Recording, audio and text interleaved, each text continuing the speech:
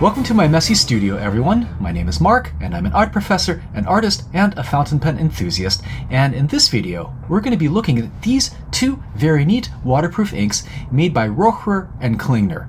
A muted purple called Julie, and a green ink called Emma. I'm going to talk about the various properties of these inks, see how they perform in a series of tests, and then show you 3 ways to draw with them. I'm also going to talk about this Rohrer and Klingner pen cleaning solution, which is designed to be used with these waterproof inks. Let's get started.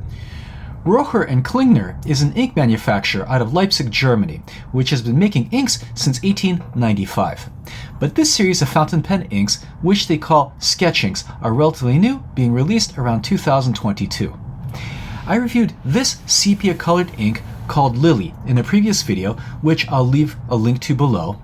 But this ink was so well performing and interesting that I've gone through almost half of it in just half a year, and it left me wondering what other Rohrer and Klingner sketch inks I should try.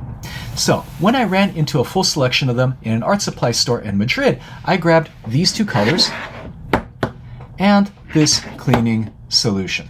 Rohrer and Klingner inks come in 10 rather unusual colors, some of which, to my mind, have limited value because they're too light. Waterproof inks are needed when the plan is to use them to put down lines which will go underneath washes. And if those lines are too light, they'll have a tendency to get lost unless you're working very, very light.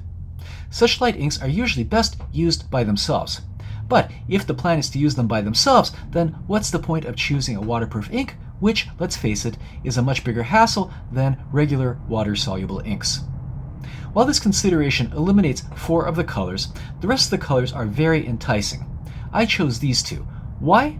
Well, let's look at these inks, starting with this green Emma, and I'll explain.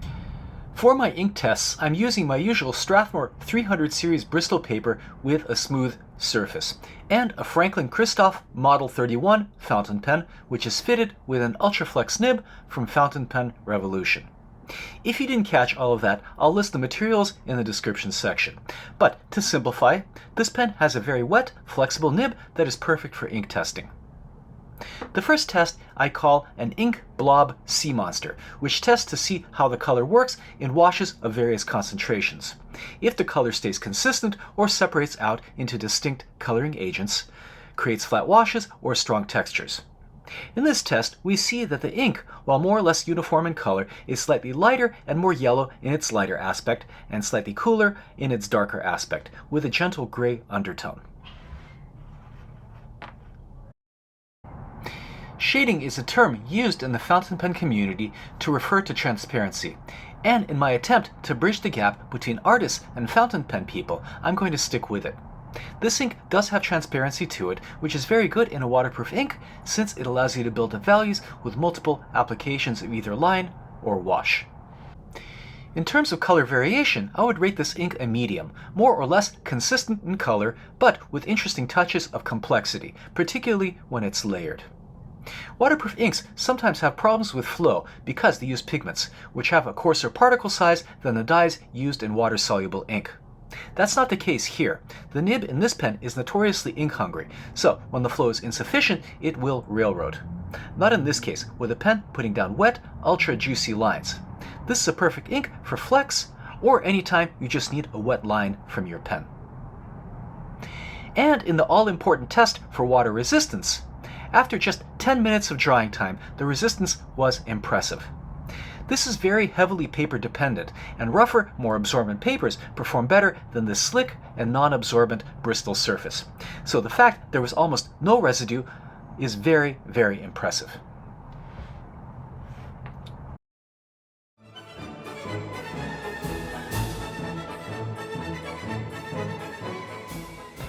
In our tests, we saw that this was a lovely, well-performing ink.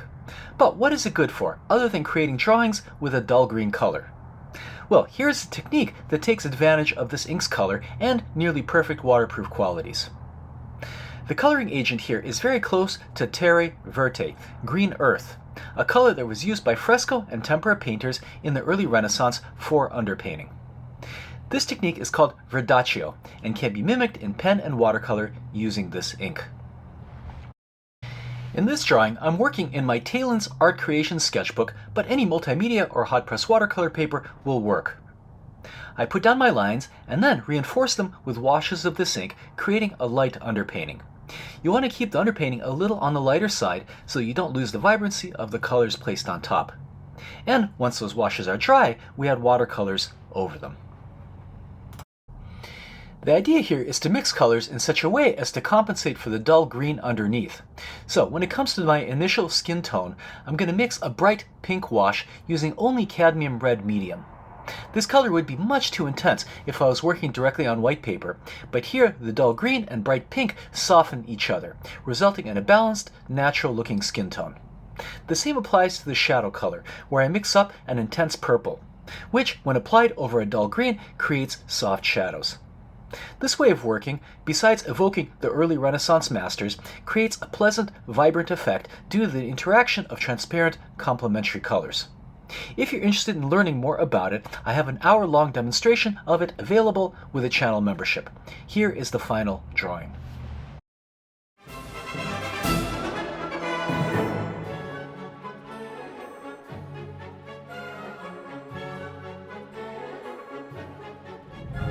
Now onto Rohrer and Klingner Julie.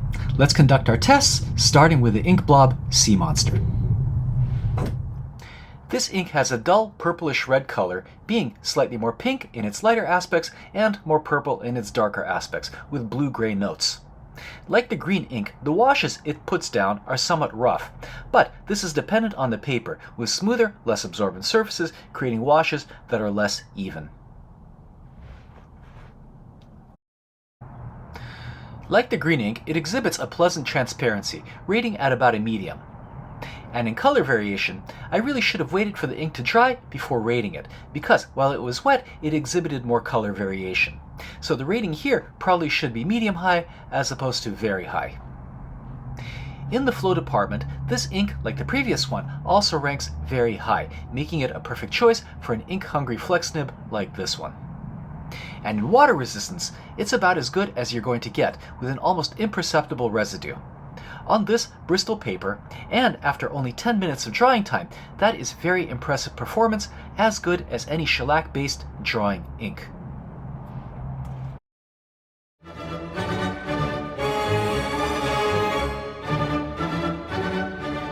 This ink is very similar to a traditional dark red pigment called caput mortuum, which, like terra verte, was also widely used by the old masters, which makes me think that whoever created the inks at Rohrer and Klingner has a love of art history and historical pigments. And while it's lovely to use for drawing just on its own, I think it also works quite well as an underpainting color. The method here is the same as the previous one, but here the soft purple adds a gentle warm glow to the work of art, which might be more appropriate for a gentle subject matter. Once I've completed the underpainting stage in pen, ink, and wash, I have to introduce more muted colors to counteract the warmth of the purple. Instead of the bright pink skin tone, using only cadmium red, here the initial mix is alizarin crimson and yellow ochre. Like the previous technique, I don't need to create complex color mixtures, since the color complexity and nuance really comes from the interaction of underpainting and overpainting. This one didn't turn out quite as well as the previous demo, but that has nothing to do with the technique, but rather small mistakes I made in the initial drawing process. Here is the final drawing.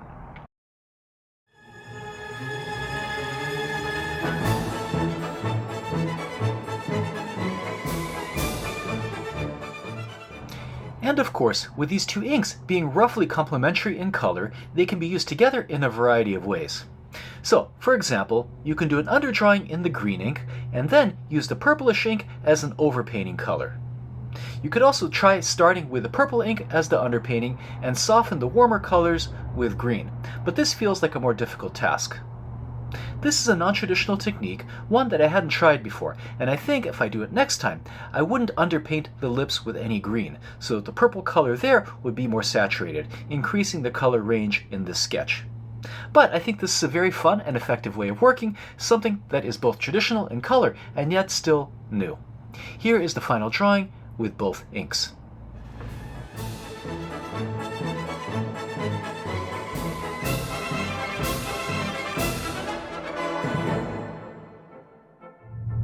Waterproof inks can clog your pens, and it's recommended that you clean your pens often to prevent clogging. But even if you're super diligent with your cleaning, which I have to admit I'm not, you'll still experience a clog once in a while. This is why one should never put waterproof inks into a pen that cannot be taken apart fully for a deep cleaning. In most cases, I just use soap and water, but when a pen is clogged or just needs a more aggressive cleanup, I use a pen flush made with a simple formula I found online which contains ammonia, dish soap, and water. However, the store where I bought these inks also sold this cleaner, and since I was abroad and had a pen clogged with Rohrer Klingner Lily ink, I decided to try it. Here it is, and I can report back that it's very effective. The directions tell you to draw it into your pen, keep it there for 5 minutes, and then empty it. And following these directions, I was able to get the little Kaweco lily put that I travel with working perfectly. Does it work better than my homemade flush? Yes, it does, and it's likely more gentle on the pen. However, this is expensive stuff, almost $15 right now on Amazon, so the recommendation to draw the liquid directly into the pen, especially if you're using a piston or vacuum filler with a large ink capacity, seems like a ridiculous waste of money. Instead, I've been removing the feed from the pen and placing a few drops of this solution on it. That does a great job unclogging things without flushing money down the toilet. So this is an effective product, but one which is probably best used in more expensive, perhaps even vintage pens, where you don't want to risk damaging the delicate inner workings with a potentially aggressive homemade pen flush.